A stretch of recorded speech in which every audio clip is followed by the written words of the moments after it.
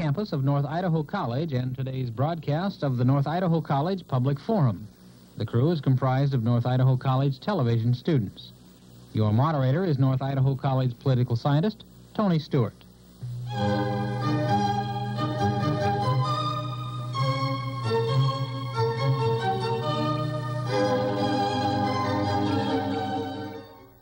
Today, we're most happy to announce to our viewers that we're starting a 3-week series entitled The Art of Living, Mindset for the Future.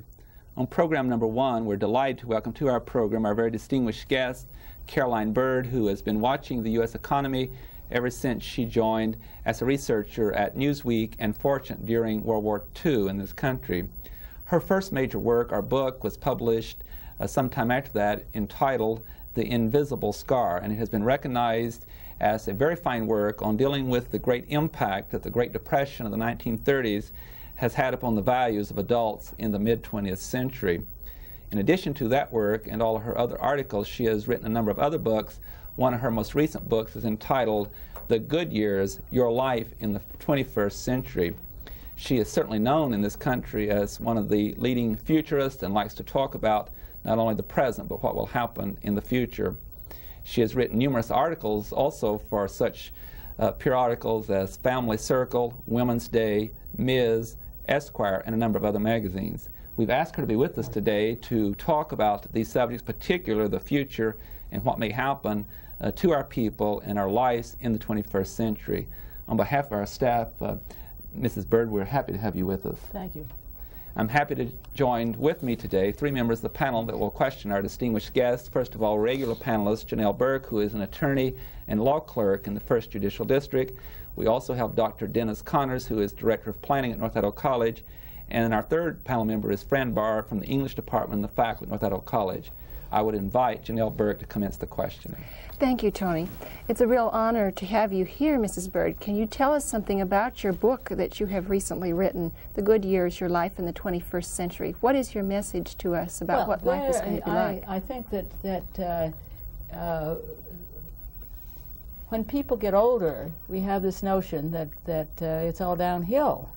And what the book attempted to do is to say that in the 21st century we'll all be, well, now somewhat less than 20 years older, but we'll all be older, and that people who are 65 or 70 in 20 years from now are going to lead entirely different kind of lives than people 65 or 70 now.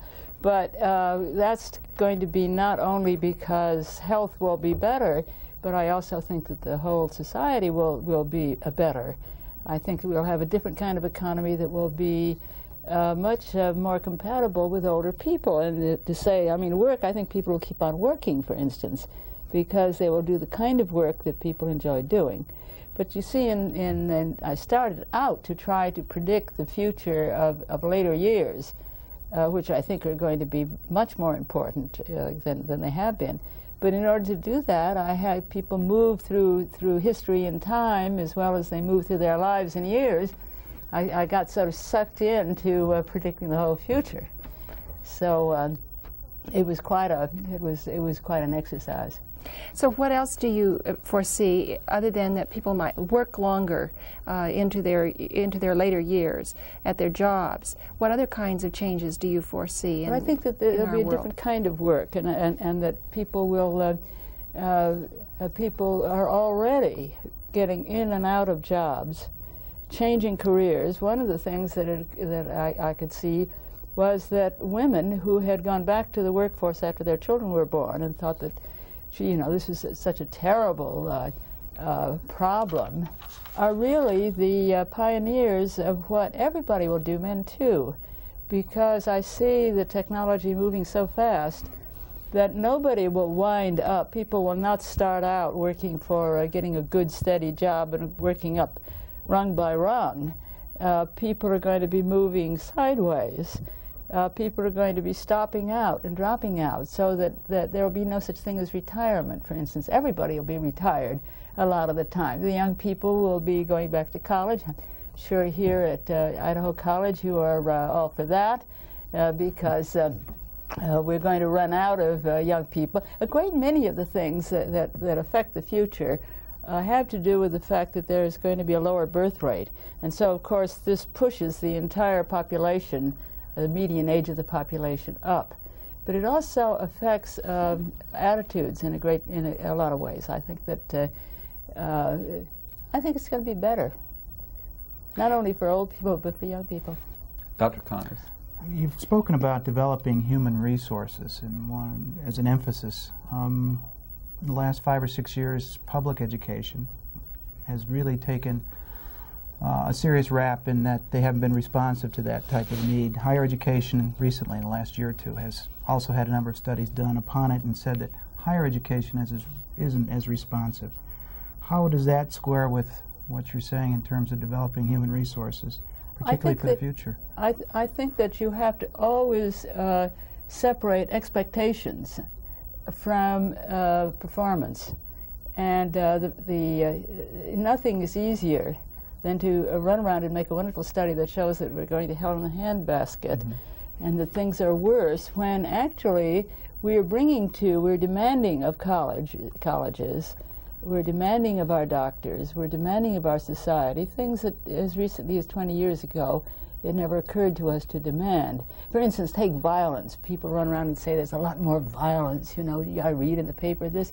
There always was this violence. What's really happened is that our tolerance for violence has declined. We're not going to stand for instance, men beating up their wives anymore. We used to think that it was just a private matter between the two of them. Or child abuse, or the sexual abuse of children. This always went on, but as a society, we look the other way. Now we have redefined these things as intolerable. So a great deal of this evidence that the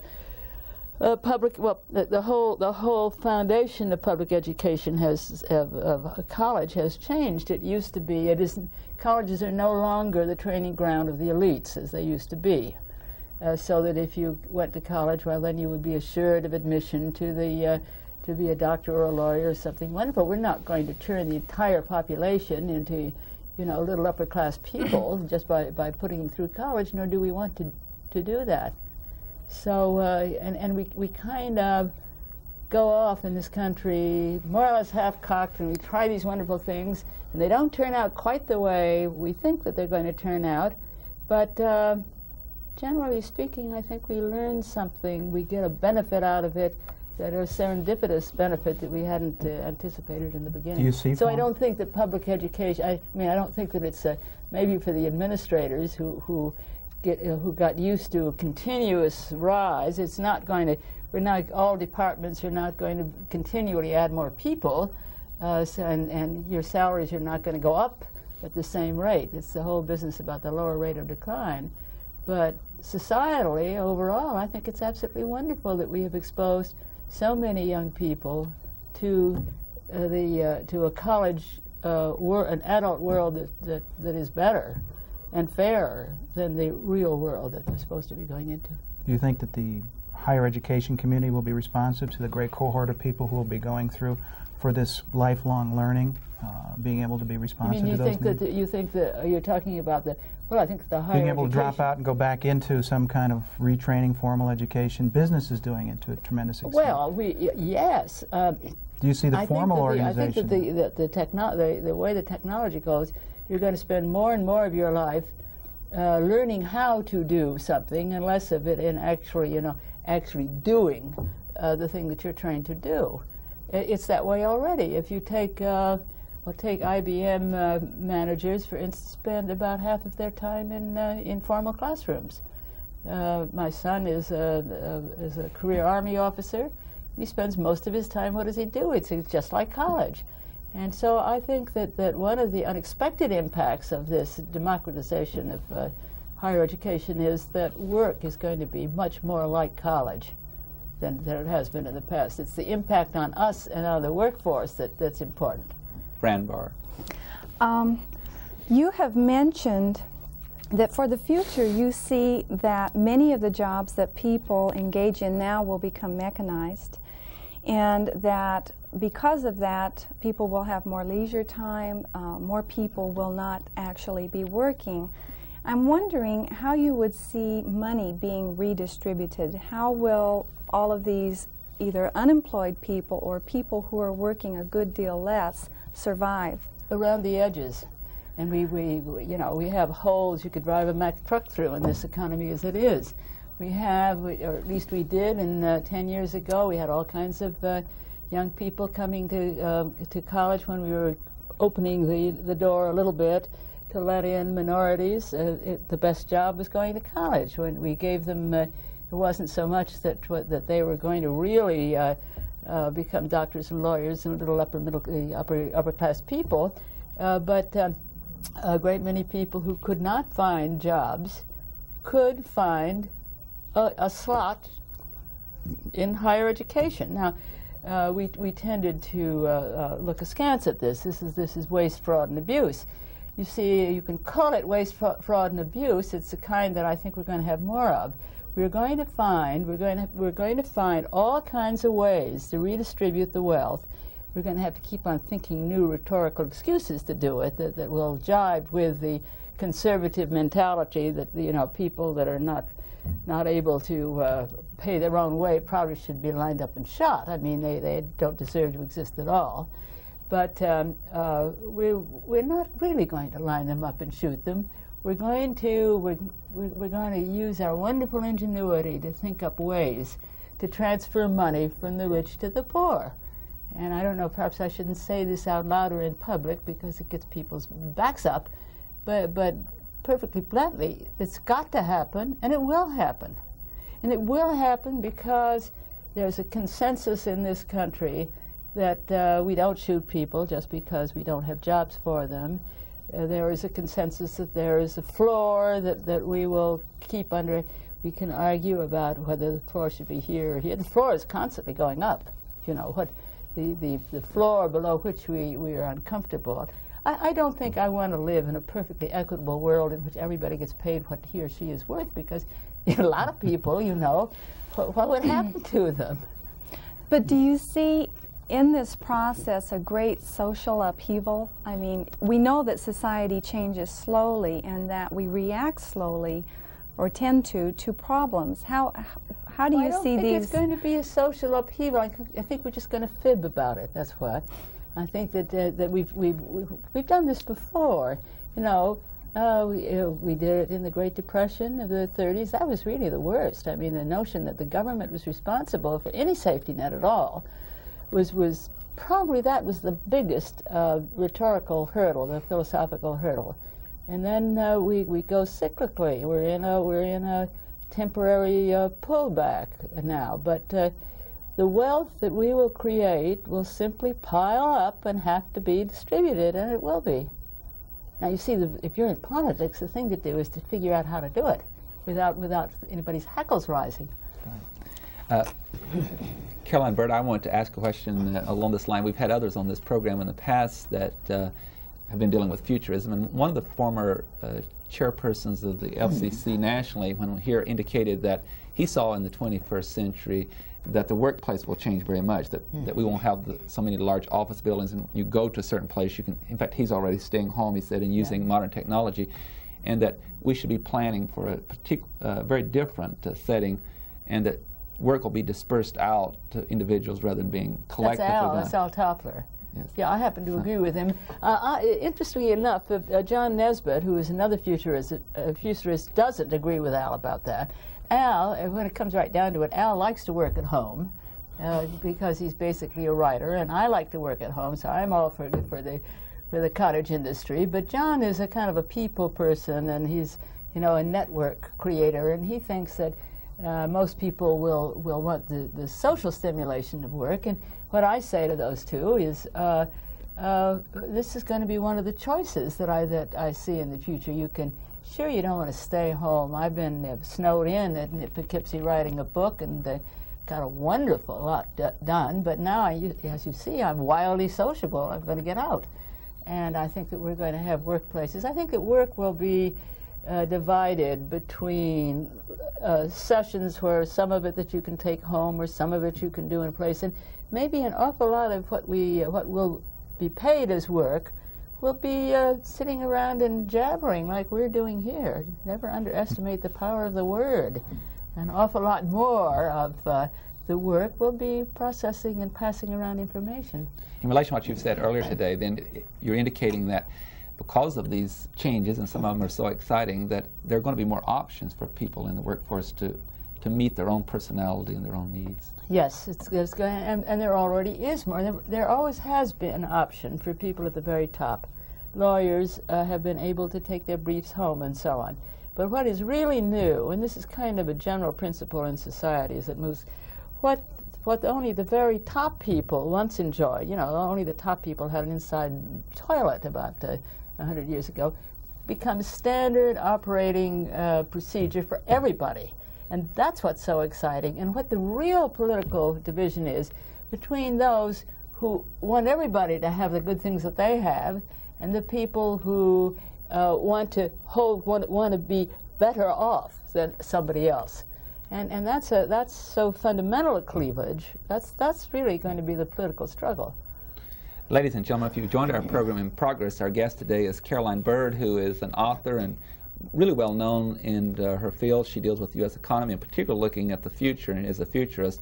And we're discussing that with her as the first of a 3-week series on the art of living, mindset for the future, and we shall continue the questioning with Janelle Burke.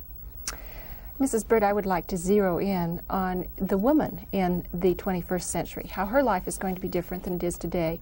As one of those persons who read your book, Born Female, and it had an impact on my life, I would like to know what you think is coming for us in the 21st century.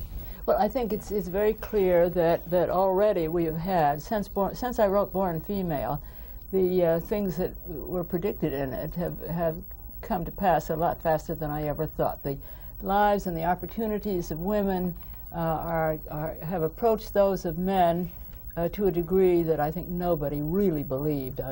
People that you would suggest this to in 1966 when that book came out would say, oh, it's a pipe dream, like it was people that sit around here and say these things are pipe dreams. The other thing that has happened that's very important for women is control over your own reproduction, so that women only have babies when they want to, essentially, and this is control over conception is getting better, and so you're going to find that men and women are already sharing work and family life at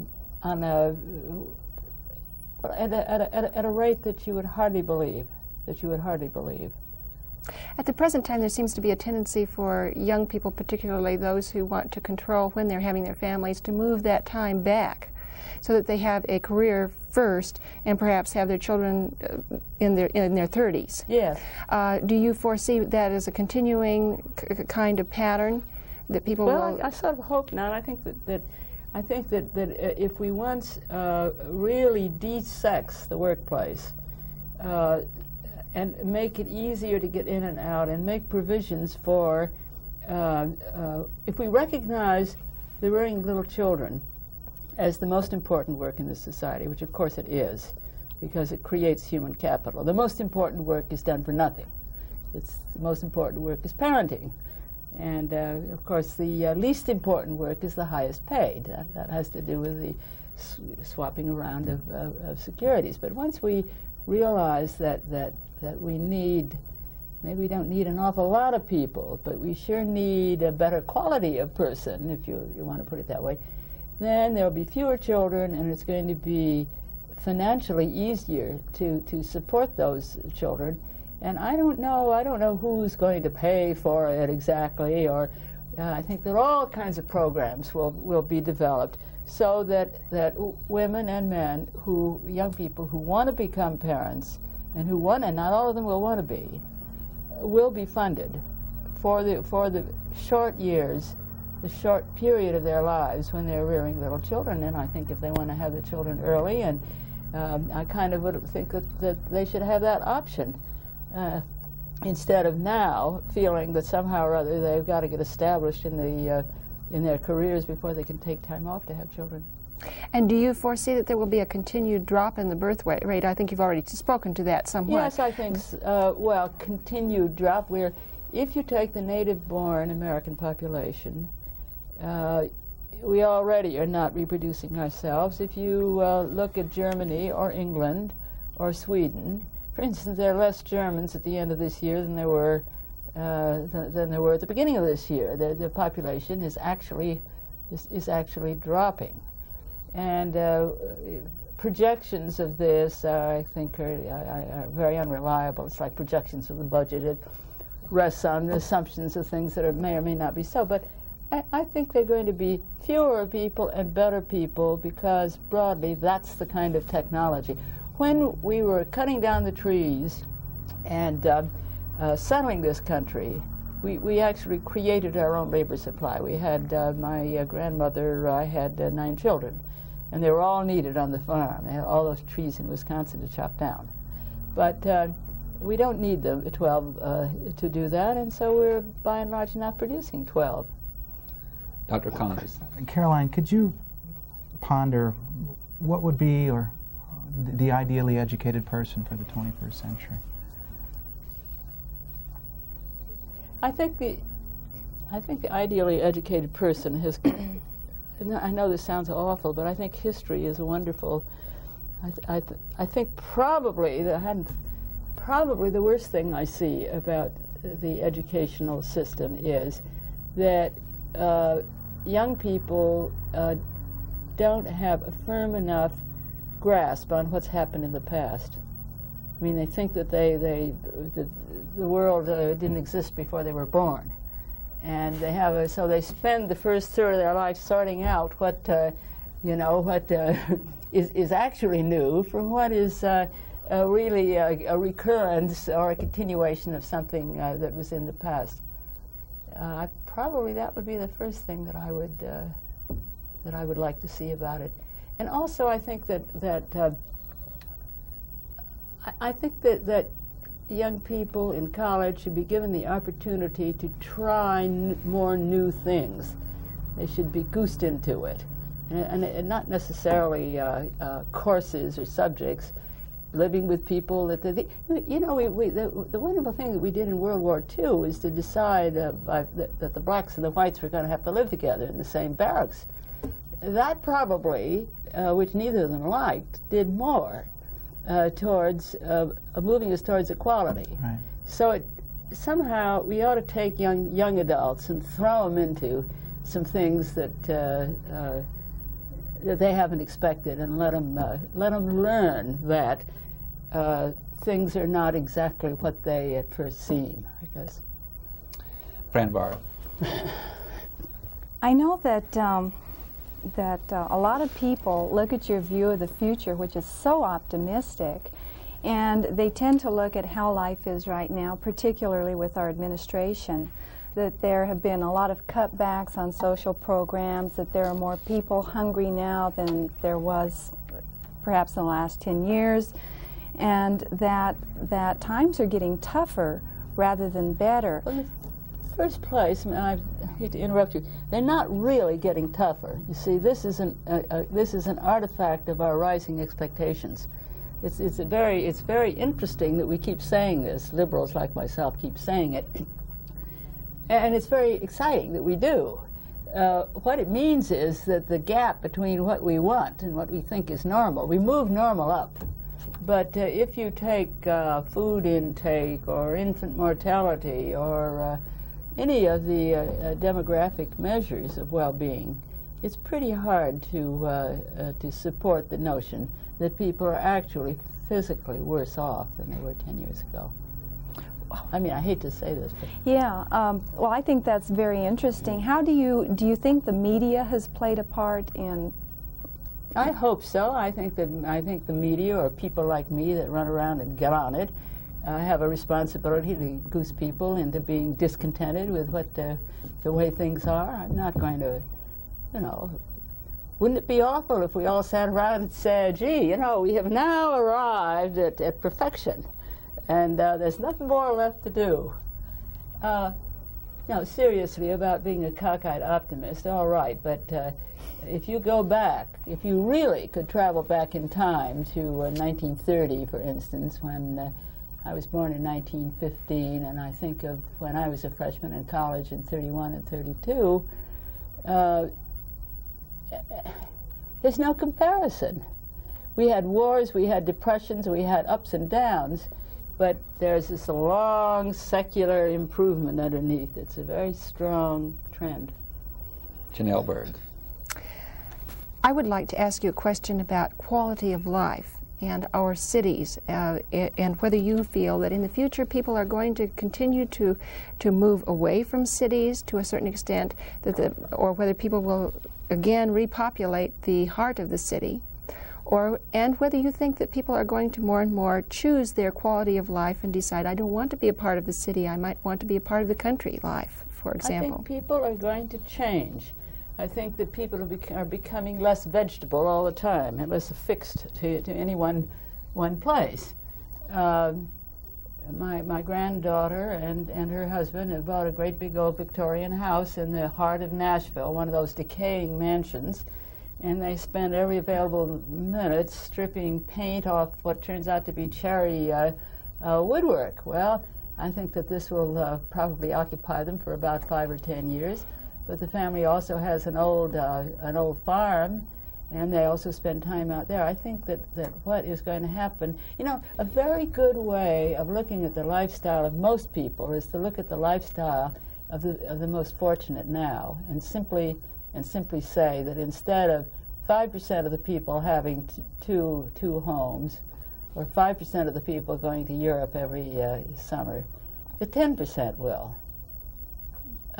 There's going to be much more mobility. Dr. Connors. You mentioned this morning, Carolyn, that if we have the good enough sense to keep our fingers off the bomb, do you think we have good enough sense to do that? Well, so far we have, and every year that we don't pull it off, it seems to me, is insurance that we won't. Every year that we keep our itchy fingers off that thing, we reinforce habits of thinking about international relations. We even set up networks or ways of dealing with the Soviets that bar it. We learn how not to do it. So I'm sort of optimistic on that. I wish we could continue, but we're out of time. And on behalf of our staff, again, Caroline Bird, I want to thank you. You've been very stimulating in thought, and you've been so good to take so much time. And I want to tell our viewers that you've spent this entire day with our people, and you're so generous with your time, and we appreciate it very much. Thank you. Ladies, fun to be here. Thank you. Ladies and gentlemen, our guest has been Caroline Bird, who is a certainly well-known author, and among her works are such books as The Invisible Scar. She's also written a book recently that we'd really recommend that you read called The Good Years, Your Life in the 21st Century. And she has other publications, and she is an excellent writer. She's been with us in the first week of a 3-week series on the topic, The Art of Living, Mindset for the Future. Next week we'll have another guest on this same subject and pursuing what life may be like in the future. We hope you've enjoyed our program and that you will be with us again next week at this very same time. Please have a good week. I am Tony Stewart.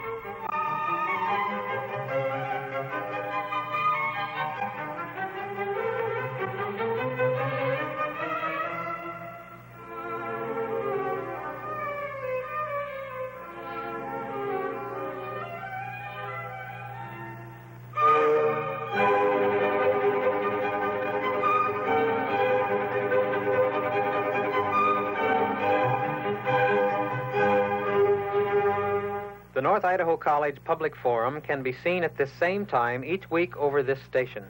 This production was videotaped earlier by a North Idaho College student crew for viewing at this more appropriate time.